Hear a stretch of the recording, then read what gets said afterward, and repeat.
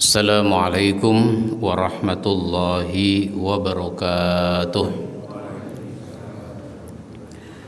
Alhamdulillahi rabbil alamin alladzi an'amana bi ni'matil iman wal islam.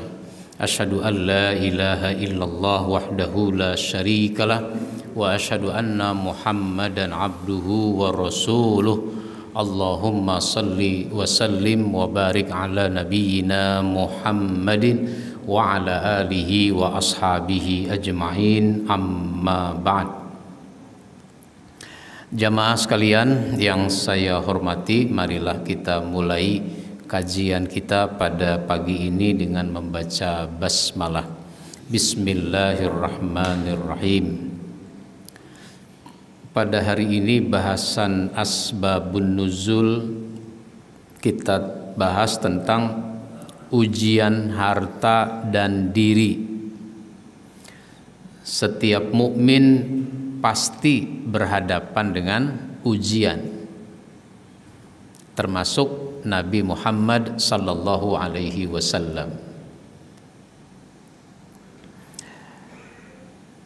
Ibnu Abi Hatim dan Ibnul Munzir meriwayatkan dari Ibnu Abbas radhiyallahu an bahwa terjadi pertentangan antara Abu Bakar As-Siddiq dengan orang kafir yang bernama Fanhas.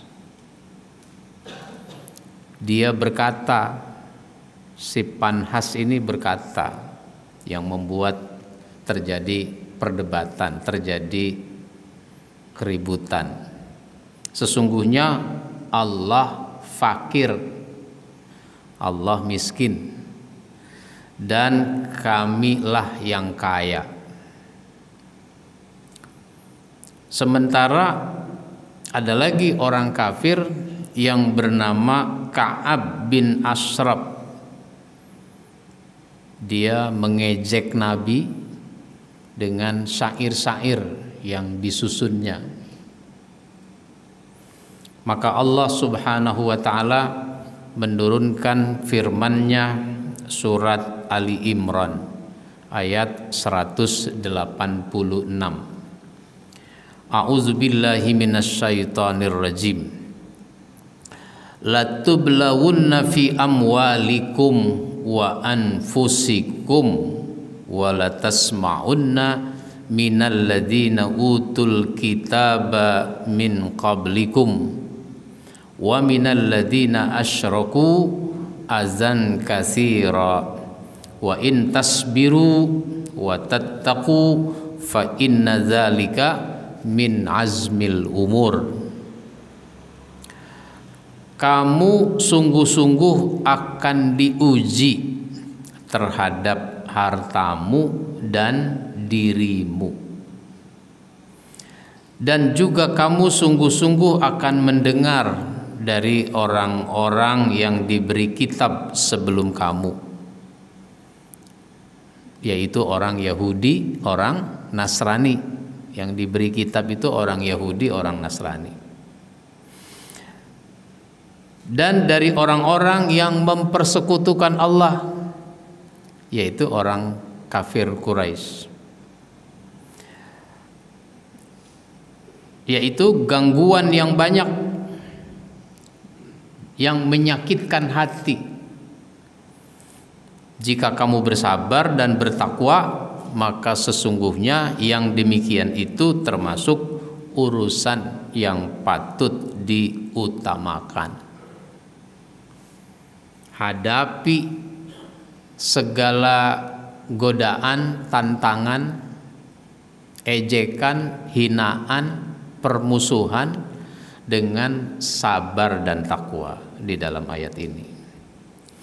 Maka pelajaran yang kita ambil adalah, pertama, ujian ada yang enak dan ada yang tidak enak secara duniawi. Kalau kita tinjau dari sisi duniawi, ujian itu ada yang enak, ada yang tidak enak. Dari dulu begitu. Nabi Nuh berdakwah, umatnya bukan hanya tidak mau, sebagian besar umatnya bukan hanya tidak mau menerima pesan dakwahnya, tapi juga mengejek, mencela, menghina. Bahasa sekarang apa namanya? Membuli. Bahkan sampai Nabi Nuh dibilang kurang waras, tidak waras, orang gila. Yang bener aja, masa bikin kapal di gunung? Kalau bikin kapal itu di daerah pantai, kalau udah jadi itu gampang. Masa bikin kapal di Cisarua? Bikin kapal itu di Tanjung Priuk, di Pelabuhan Ratu, di Anyer.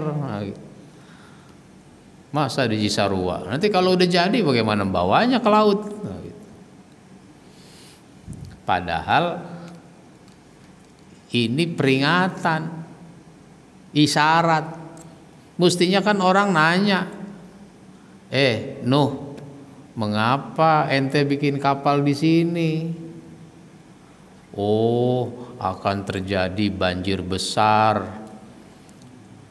Ya, sebesar-besarnya banjir masa nyampe Cisarua? Kira-kira kan begitu mestinya. Oh, ini banjir luar biasa. Bukan cuma nyampe Cisarua, nyampe Puncak Pas.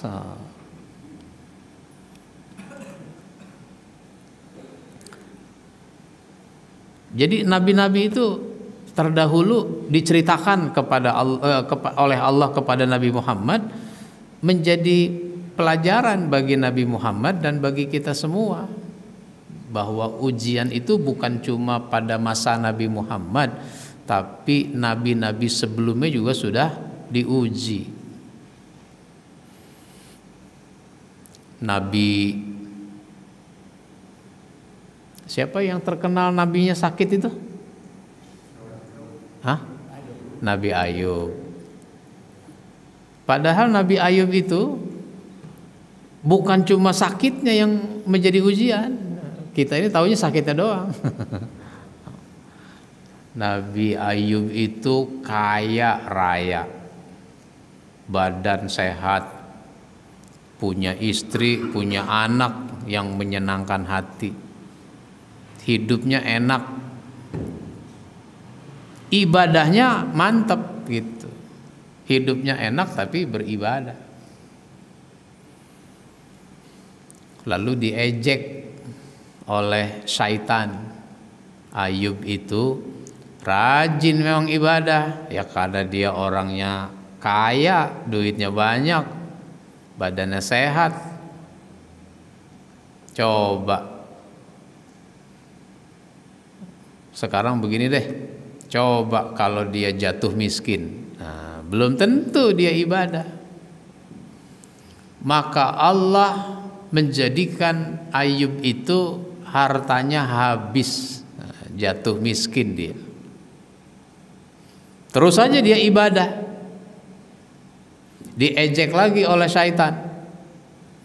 Dia rajin ibadah meskipun hartanya habis. Itu kan karena dia masih punya anak-anak yang menyenangkan hati, yang menopang kehidupannya. Kalau anaknya nggak ada mah belum tentu juga. Maka Allah uji lagi, anaknya mati semua. Rajin dia terus ibadah, diejek lagi oleh syaitan. Dia rajin ibadah meskipun hartanya habis, anaknya mati semua. Itu kan karena dia masih sehat. Coba kalau dia sakit, belum tentu. Diuji oleh Allah dengan penyakit. Dengan penyakit.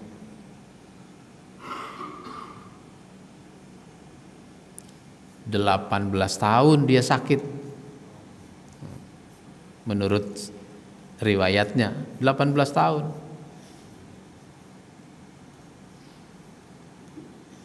Waduh, saya sakit. Sakit apa? Kepala pusing, makan gak nafsu, dan sebagainya lah, sakit. Udah berapa lama? Udah setahun ada. Umur Bapak sekarang berapa? 60. Sakitnya setahun. Lamaan mana tuh sakit sama sehat? Ya lamaan sehat. Ya sudah, hadapi saja dengan ridho, dengan sabar sakit itu. Jangan terlalu banyak mengeluh. Jangan mengeluh. Ada yang nasihati begitu, jangan mengeluh. Ditanya sama dokter, apa yang dirasa Pak? Kata Pak Ustadz nggak boleh ngeluh. Jadi saya nggak mau jawab pertanyaan Pak Dokter. Ya bukan begitu maksudnya. Kalau sama dokter mah boleh mengemukakan kondisi. Jangan sama tukang sayur. Apa urusannya? Nabi Ayub sakit 18 tahun. Sampai istrinya, bukan cuma tetangga-tetangga yang pada pergi, istrinya juga pergi. Dia terus saja ibadah. Sampai kemudian sudah waktunya dia disembuhkan oleh Allah. Gampang aja Allah menyembuhkannya. Wahai Ayub, julurkan kakimu. Hentakkan, nanti keluar air, kemudian minum air itu, mandi dengan air itu, sembuh. Nabi Yusuf diuji sampai di penjara. Di penjara tanpa kejelasan kasusnya apa sebenarnya. Emang salahnya apa dia di penjara? Begitu.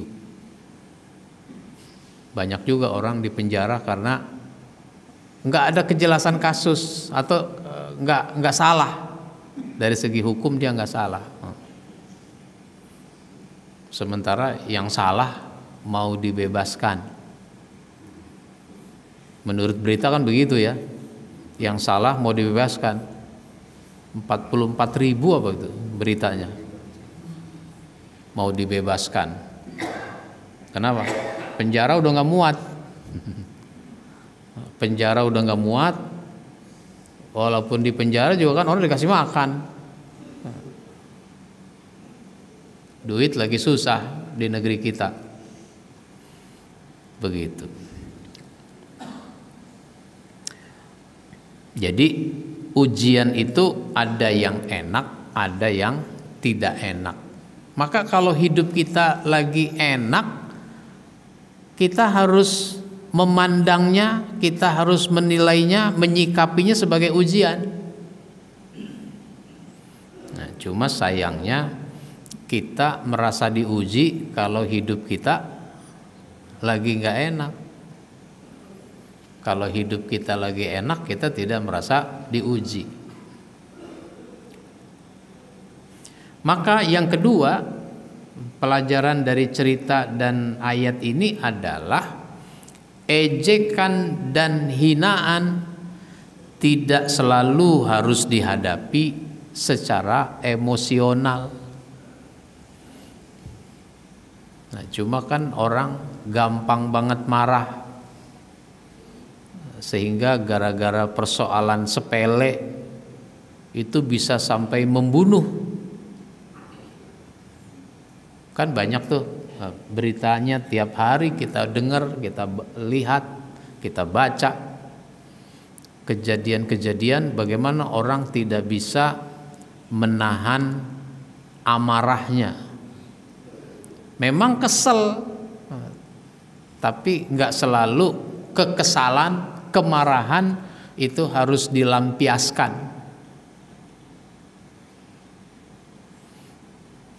Ada orang membunuh hanya gara-gara dibilang badannya bau. Emang dia belum mandi. Ya bau. Dibilang bau, marah. Membunuh. Ada orang disebut sakit hati atas perkataan yang ditujukan kepadanya, lalu dia membunuh. Itu namanya ejekan, hinaan dihadapi dengan emosi. Makanya orang harus menahan emosi. Sehingga disebutkan orang takwa itu di ayat 134 dari surat Ali Imran, alladzina yunfiquna fis-sarra wad-dharra. Dia menginfakkan hartanya di waktu lapang maupun di waktu sempit. Wal kaziminal ghaiza. Dia menahan amarah. Jadi kalau marah, kalau kesel jangan langsung dilampiaskan, ditahan. Kalau ditahan-tahan jadi penyakit Pak Ustadz. Emang kalau dilampiaskan gak jadi penyakit? Makin marah, tensi darahnya tinggi. Begitu. Jadi orang tidak boleh terlalu emosional. Makanya hati ini penting untuk kita sikapi, untuk kita perlakukan dengan baik. Kan buat kita segala sesuatu itu berpangkalnya di hati. Sehingga kata Nabi, ala inna fil jasadi mudghah, iza saluhat saluhal jasadu kulluh, wa iza fasadat fasadal jasadu kulluh, ala wahiyal qalb. Ketahuilah pada diri seseorang itu ada sepotong daging. Bila dia baik, baik orang itu. Bila dia buruk, buruk orang itu. Sepotong daging itu adalah hati, al-qalb. Kalau secara fisik, tinjauan fisik, yang dimaksud sepotong daging itu adalah jantung.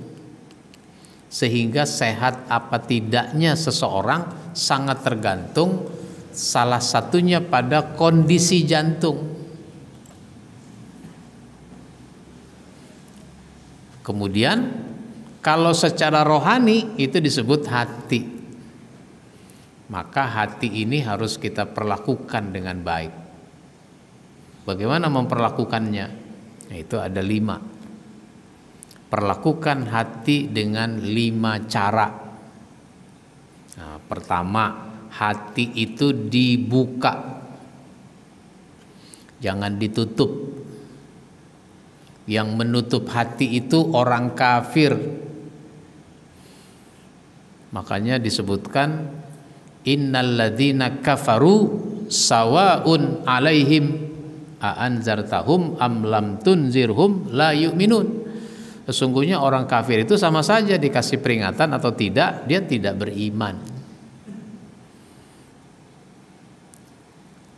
Ada namanya buku Al-Quran, buku itu ada sampul luarnya. Sampul luarnya disebut ini apa ini? Cover, disebut cover. Kenapa disebut cover? Cover itu menutup isi.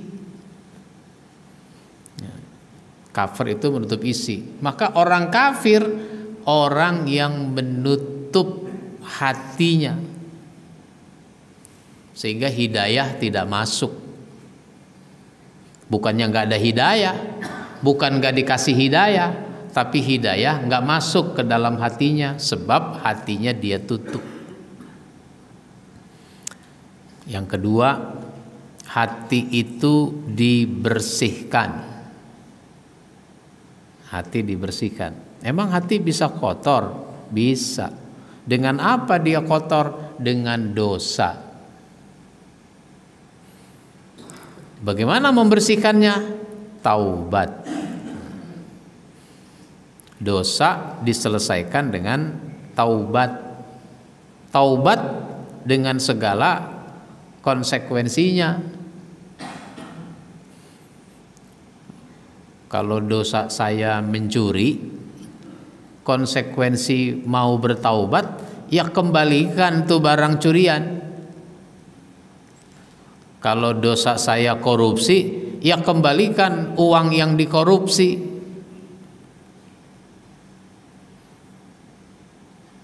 Kalau dosanya bikin uang palsu, ada nggak bikin uang palsu? Bikin uang palsu. Di UIN lagi.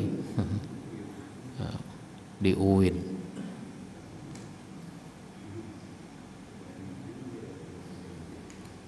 Dosen, kepala perpustakaan, bisa-bisanya bikin uang palsu. Bikinnya juga di perpustakaan itu. Dia beli mesin cetak. Uang itu sudah sempat beredar kan, sehingga orang punya uang tapi nggak bisa, ya, sementara dia udah terlanjur menjual barang dan seterusnya senilai berapa, ya berarti kalau taubat mesti kembalikan itu, diganti uang, bukan cuma istighfar. Nah, jadi tergantung dosanya apa. Maka kalau orang taubat, at-taibu minaz zambi kaman la zambalahu. Orang yang bertaubat dari dosa itu seperti tidak punya dosa,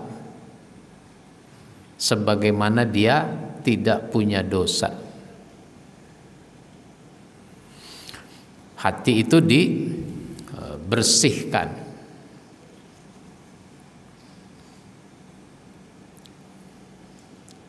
Yang ketiga, hati itu disehatkan.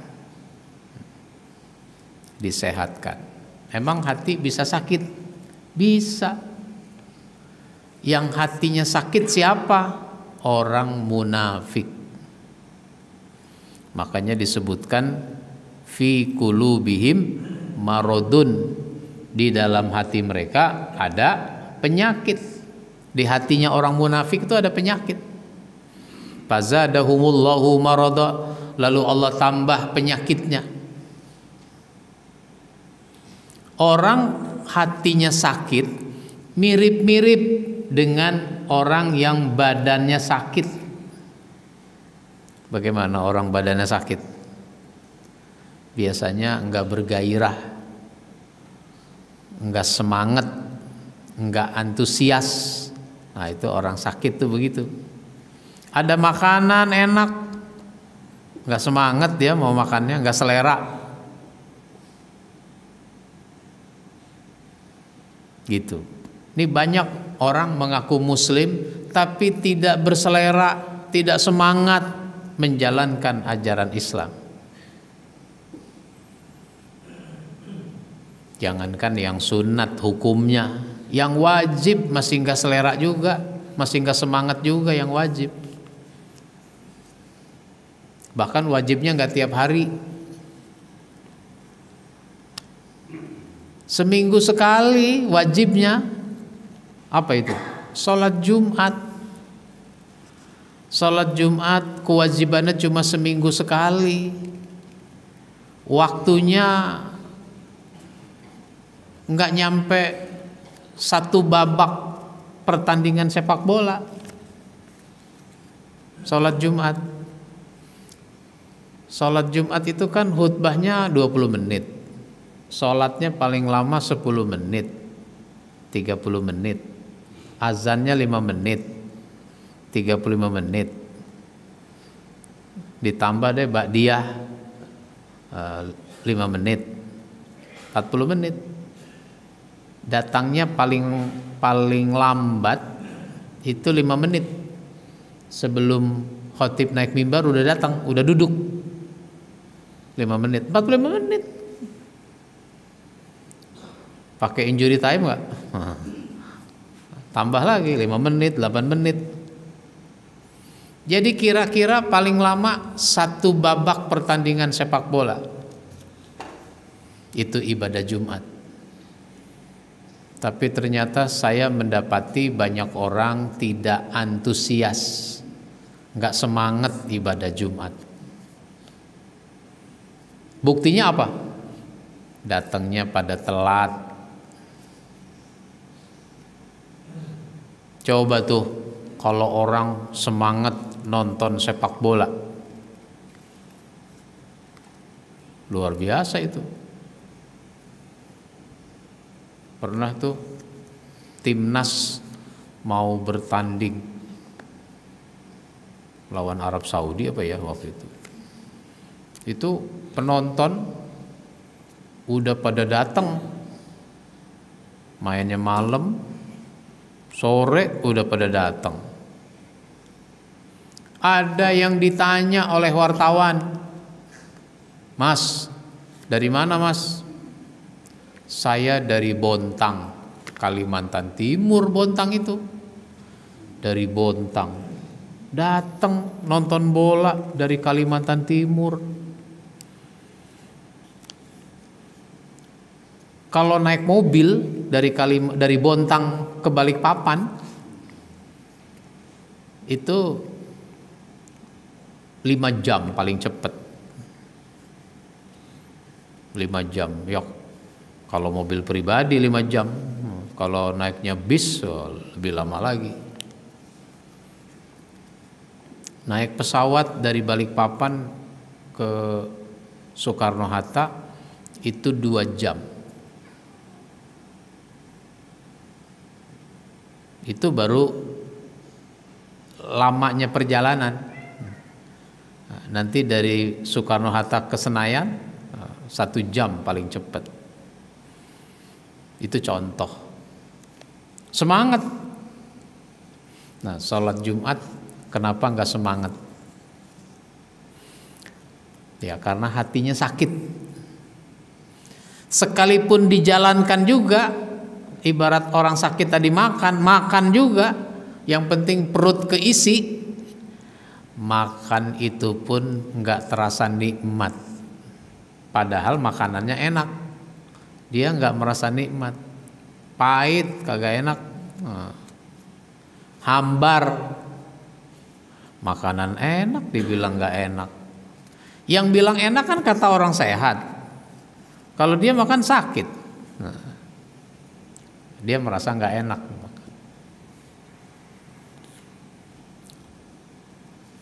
Begitu. Ini banyak orang. Contoh tadi ibadah Jumat nggak enak, khutbahnya kelamaan, baru 10 menit dibilang kelamaan. Sahabat itu bercerita kalau Nabi khutbah, Nabi naik mimbar khutbah, itu mereka menghadapkan wajah-wajah mereka kepada Nabi yang berkhutbah. Wajahnya tuh ke mimbar gitu, ke khotib. Wajah-wajah kita tuh kalau Jumatan ke khotib, wajahnya ke jempol kaki, wajahnya ke karpet, wajahnya ke HP. Begitu. Malaikat mengatakan, Nabi mengatakan bahwa malaikat itu kalau hari Jumat berdiri di pintu-pintu masjid. Siapa masuk dicatat sesuai dengan tingkatan pahalanya. Datang jam 11 dicatat seperti orang berkurban dengan unta. 11.15 seperti orang kurban dengan sapi. 11:30 seperti kurban dengan kambing. 11.45 seperti kurban dengan ayam. 5 menit lagi khotib mau naik mimbar, dia baru datang, masih dicatat dengan pahala seperti kurban dengan telur. Tapi kalau khotib sudah naik mimbar, malaikat tutup buku. Dia tidak lagi mencatat siapa yang datang sesudah itu. Nah, tutup buku. Emang kenapa malaikat nggak mau mencatat lagi? Yastami'una dzikra, karena malaikat itu mendengarkan khutbah. Khutbah itu disebut az-zikr, zikir. Itu menunjukkan betapa pentingnya mendengarkan khutbah, sehingga malaikat yang selalu taat itu mendengarkan khutbah. Dia tidak mau terganggu, termasuk urusan catat mencatat. Fokus. Malaikat aja fokus mendengarkan khutbah. Kenapa kita tidak fokus? Khutbah lagi berlangsung, masih ada kesibukan. Kesibukan apa? Kotak masih beredar. Khutbah dimulai, kotak dimulai juga. Kotak itu mestinya udah selesai sebelum khotib naik mimbar. Cuma bagaimana ngedarinnya Pak Ustadz, orangnya belum pada datang. Jadi mestinya udah datang jamaah itu. Ini hati disehatkan. Yang keempat, hati itu dilembutkan. Jangan hati kasar. Bagaimana kalau hati kasar? Apa saja dipandang dengan kebencian, sudut pandang kebencian, gak ada kasih sayang. Makanya Nabi tidak boleh punya hati yang kasar. Meskipun Nabi kesel. Pernah Nabi kesel kepada para sahabat. Kenapa? Perang Uhud awalnya menang, tapi berakhir dengan kekalahan. Nabi luka-luka, giginya patah. 70 sahabat meninggal. Di antaranya pamannya beliau namanya Hamzah. Ya perang udah kalah ya sudah. Cuma kan kesel juga. Kenapa kesel? Karena ini kalah bukan karena musuhnya hebat. Kalau musuhnya hebat bisa dimaklumi, bisa diterima.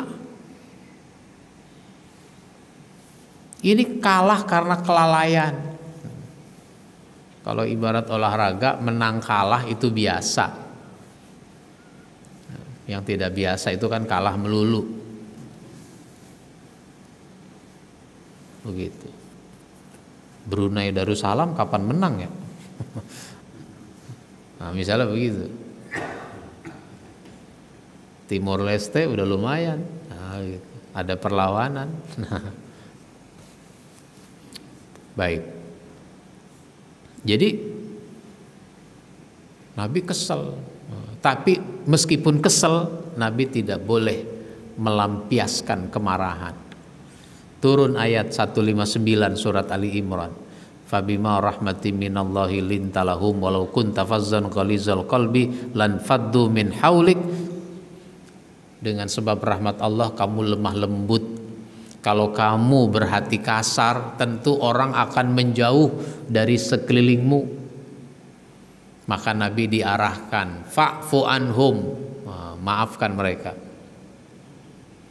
Yang kedua, wastaghfir lahum, berdoalah kepada Allah supaya mereka dimaafkan. Nah, yang ketiga, wasyawirhum fil amr, bermusyawarah dengan mereka. Itu luar biasa itu. Jadi lembutkan hati. Dulu sahabat nanya, ya Rasul, saya merasa hati saya kasar, bagaimana melembutkannya? Apa kata Nabi? Imsah ra'sal yatim, usap kepala anak yatim. Karena kalau mengusap kepala itu mencerminkan kelembutan, kasih sayang. Anak yatim kepalanya diusap, itu menunjukkan kita sayang sama anak yatim. Jangan dijitak. Kalau dijitak itu namanya kita nggak suka. Kemudian wa'at imil miskin, kasih makan orang miskin. Orang miskin meskipun masih bisa berusaha, kasih makan. Apalagi anak yatim tadi tuh yang masih kecil, apa usahanya? Kasih makan orang miskin. Orang kalau dikasih makan seneng nggak? Seneng. Kita dikasih makan seneng nggak? Gitu. Kita dikasih makan seneng. Kadang-kadang tuh kalau hari Jumat sekarang ada masjid memprogramkan yang namanya Jumat Berkah, ngasih makan kepada jamaah Jumat. Itu jamaahnya seneng dikasih makan, makanya nggak mau masuk ke dalam masjid kalau sholat Jumat. Dia di luar aja situ, di emperan. Kenapa? Dapatnya duluan. Nah, itu hati-hati juga tuh. Orang jadi nggak mau masuk karena porsinya cuma 100, orangnya 500. Ntar gue nggak kebagian. Nah, takut nggak kebagian aja dia nggak masuk. Maka saya bilang kalau acara manajemen masjid, saya bilang kalau emang mau begitu, ya jangan begitu cara baginya.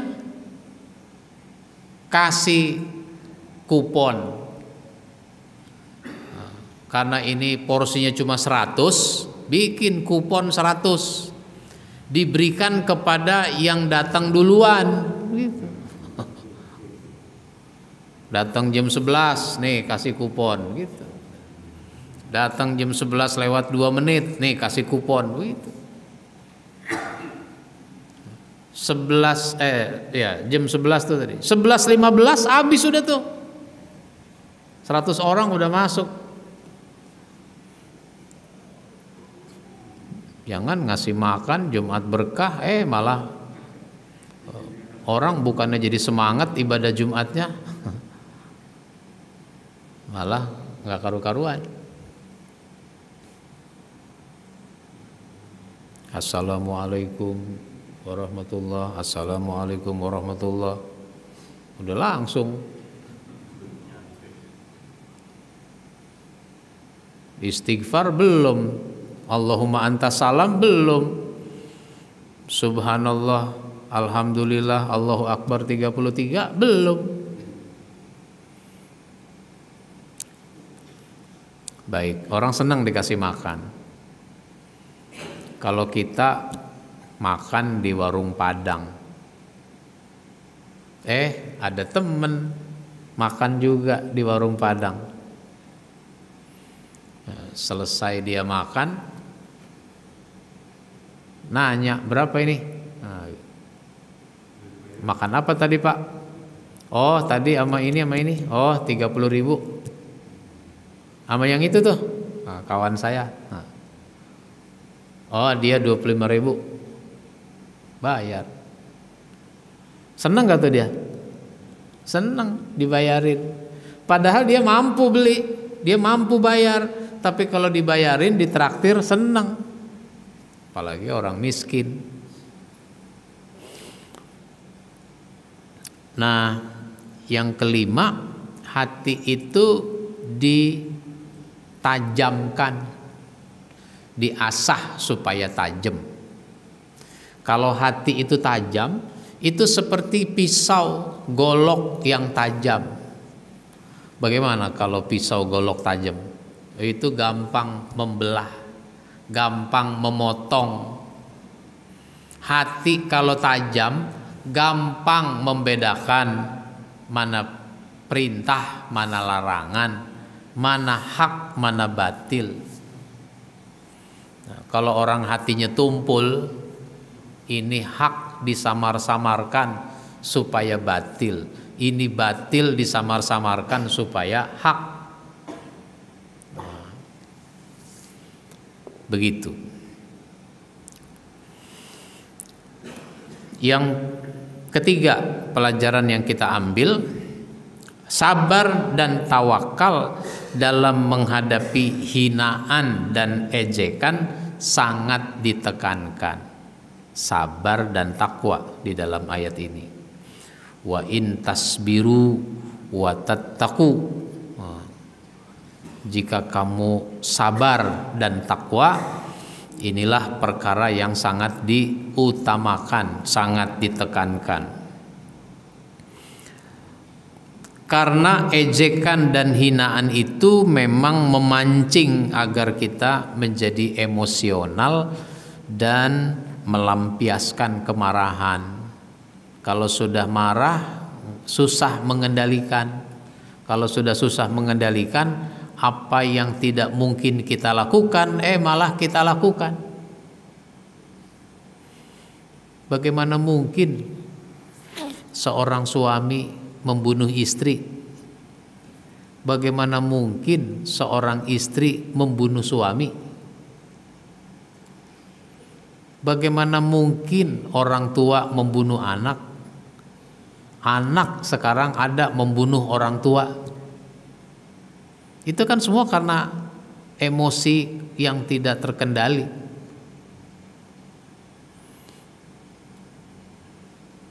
Bahkan orang masih pacaran, biasanya kan orang masih pacaran masih seneng-senengnya kan, masih pacaran itu bisa membunuh pacarnya. Ya, di negeri kita ini luar biasa ini kejadian-kejadian yang tidak boleh kita anggap remeh, kita anggap sepele. Cuma karena sering diberitakan banyak kejadiannya, lama-lama kita menganggap biasa itu. Itu orang membunuh keluarganya sendiri, itu mah udah biasa. Udah biasa. Baik, saya sisakan waktu. Ada yang mau bertanya?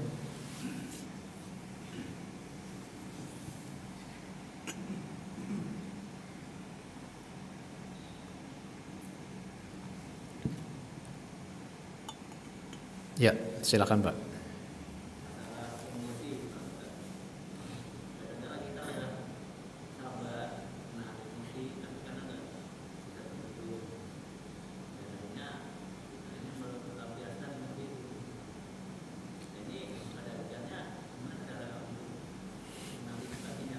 Ya.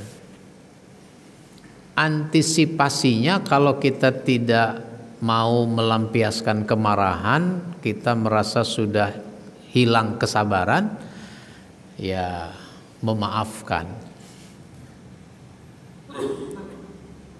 Memaafkan. Bahkan bukan cuma memaafkan kalau yang disuruh kepada Nabi itu tadi, tapi mendoakan supaya itu orang dimaafkan. Wah, itu kan luar biasa. Biasanya kan kalau yang namanya berdoa itu kan dari hati yang paling dalam. Emang lu salah sama gua, sekarang gua udah maafin dah.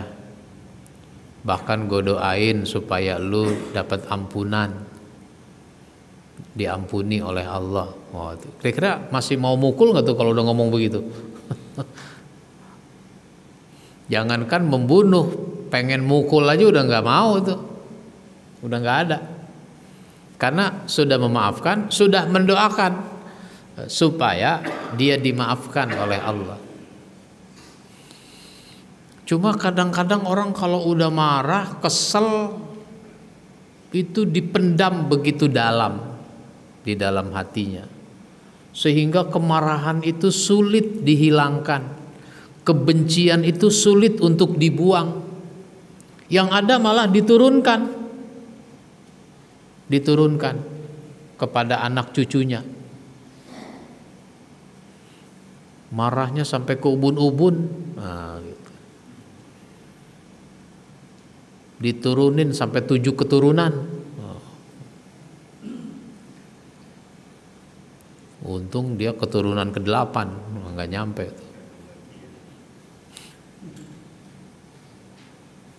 Jadi memaafkan, udah selesai. Meskipun urusannya nggak selesai, ya sudahlah, masa bodoh amat, ngapain gue pikirin yang begitu. Ah, begitu. Baik, ada lagi.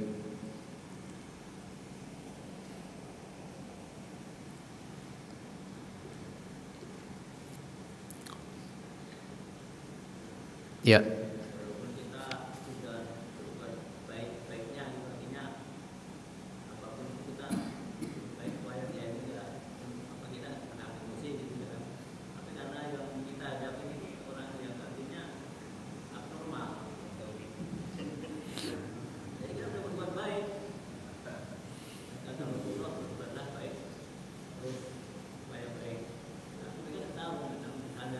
Ya. Maka kalau orang tidak menjadi baik padahal, atau belum menjadi baik padahal kita sudah berlaku baik, dibantu oleh orang lain agar menasihati orang itu, mendekati orang itu supaya dia memperbaiki dirinya. Kitanya bisa juga menjaga jarak dulu dengan dia, karena kalau dekat lagi kesel lagi, dekat lagi kesel lagi. Jaga jarak dulu secara fisik, sambil yang lain menasihati, mengingatkan agar berusaha menjadi baik. Makanya arahan-arahan untuk berlaku baik, bersikap baik, menjadi baik itu terus saja disampaikan. Meskipun orang udah tahu, ya Bapak ini hadir di sini majelis taklim, kan Bapak sebenarnya udah tahu. Bisa jadi apa yang saya sampaikan Bapak udah tahu. Tapi orang tahu kadang-kadang lupa dengan apa yang dia ketahui, sehingga perlu diingatkan lagi. Disitulah pentingnya nasihat. Nasihat itu yang tidak tahu jadi tahu, yang lupa jadi ingat. Itu pentingnya mendengarkan nasihat. Sehingga wasiat takwa itu diulang-ulang setiap Jumat. Tidak boleh ada jamaah bilang gue udah bosan tiap Jumat disuruh takwa. Usikum wa nafsi bitaqwallah. Ya jangan merasa bosan. Makan aja nggak bosan, minum aja nggak bosan, tidur bosan nggak? Gue udah bosan tidur, gue kagak mau tidur. Maka orang diingatkan. Bahkan sahabat Nabi tidak menunggu Nabi menyampaikan nasihat. Katakanlah Nabi menyampaikan nasihat pada waktu khutbah. Khutbah itu kan cuma sekali dalam seminggu. Atau katakanlah dalam, kalau bahasa kita dalam pengajian. Sahabat itu tidak menunggu momen-momen itu, tapi sahabat karena ingin mendapatkan nasihat, maka mereka datang menemui Nabi minta nasihat. Itu yang tadi saya ceritakan, ya Rasul, saya merasa hati saya ini kasar, gimana ya cara melembutkannya? Itu namanya minta nasihat. Sehingga kata Nabi, imsah ra'sal yatim, usap kepala anak yatim. wa at'imil miskin, kasih makan orang miskin. Itu namanya nasihat. Nah, kita ini membutuhkan nasihat. Maka kita kalau ada orang minta nasihat, nasihati. Bang, kasih saya nasihat bang. Ah, nasihat apa? Lu juga udah tahu. Ilmu lu lebih banyak daripada gua. Yang pantas mah gua minta nasihat sama lu. Enggak begitu. Emang kenapa minta nasihat sama saya? Saya lagi begini. Oh, ente rajin berjamaah deh. Karena kita melihat dia ini orangnya tidak rutin berjamaah di masjid. Rajin deh berjamaah. Habis sholat jamaah sambil nunggu waktu berikutnya bisa ngobrol-ngobrol, kan jadi lepas itu hati, plong gitu, ngobrol-ngobrol tentang kebaikan. Nah, itu namanya nasihat. Jadi orang minta nasihat, kasih nasihat. Jangan kita mengatakan seperti itu tadi, ente mah lebih paham daripada saya, ente lebih pengalaman dalam hidup. Enggak begitu, kasih aja nasihat. Baik, ada lagi? Ya.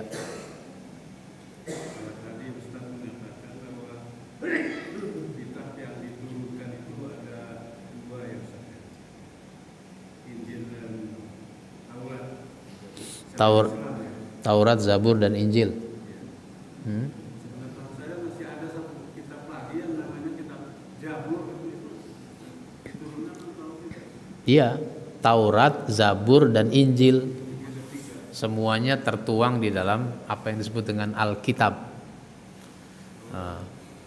Diberikan kepada orang Yahudi dan orang Nasrani.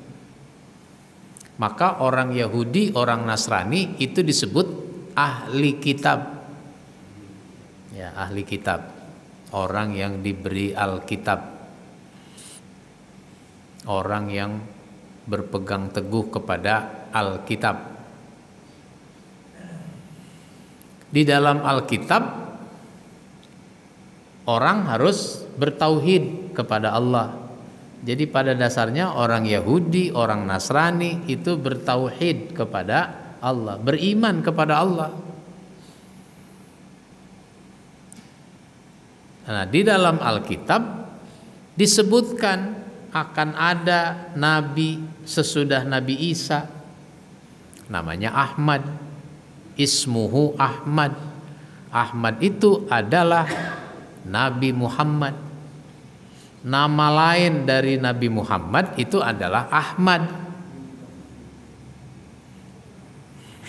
Orang Ahmadiyah bilang itu Mirza Ghulam Ahmad.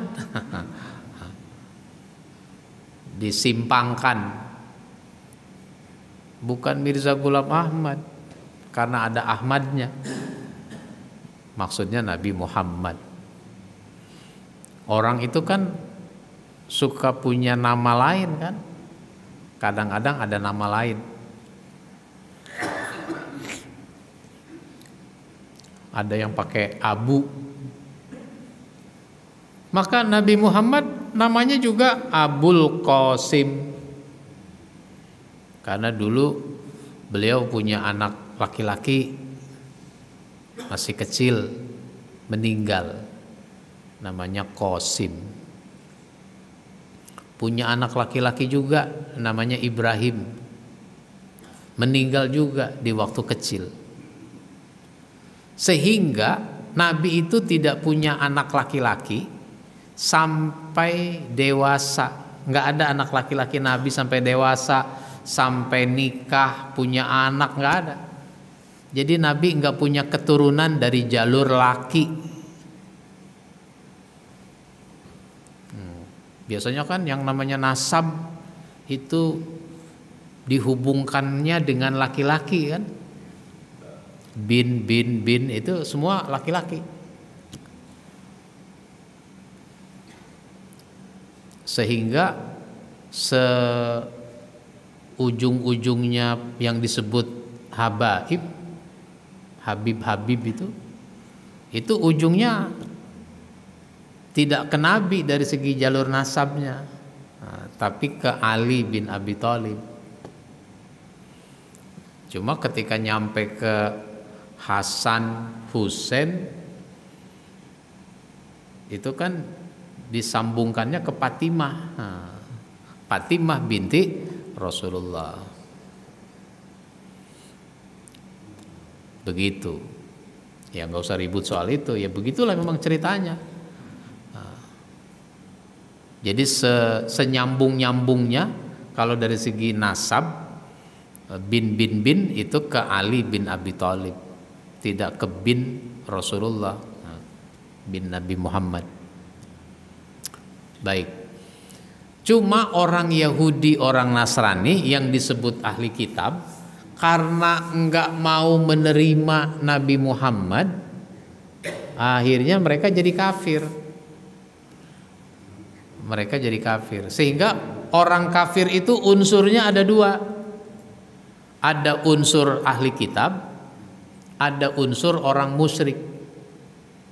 Innalladzina kafaru min ahlil kitabi wal musyrikina fi nari jahannam khalidina fiha abada ulaika hum syarrul bariyah. Seburuk-buruk makhluk. Orang kafir, sesungguhnya orang-orang kafir dari kalangan ahli kitab itu orang Yahudi, orang Nasrani, menjadi kafir. Mestinya dia komitmen kepada Alkitab. Kalau komitmen kepada Alkitab, mestinya beriman kepada Nabi Muhammad. Cuma mereka nggak mau beriman pada Nabi Muhammad. Emang kenapa? Yang mereka punya mau yang jadi nabi sesudah Nabi Isa itu dari kalangan mereka, dari kalangan Yahudi. Yang Nasrani dari kalangan Nasrani. Muhammad yang orang Arab, mereka nggak terima tuh. Jadi kafir akhirnya. Wal musyrikina, dan orang-orang musyrik yang menyembah berhala. Ya kalau sekarang bentuk agamanya itu ada Hindu, ada Buddha, apalagi Konghucu dan sebagainya, animisme. Yang formal agamanya macam-macam. Itu orang-orang musyrik. Fi nari jahannam, di neraka jahannam.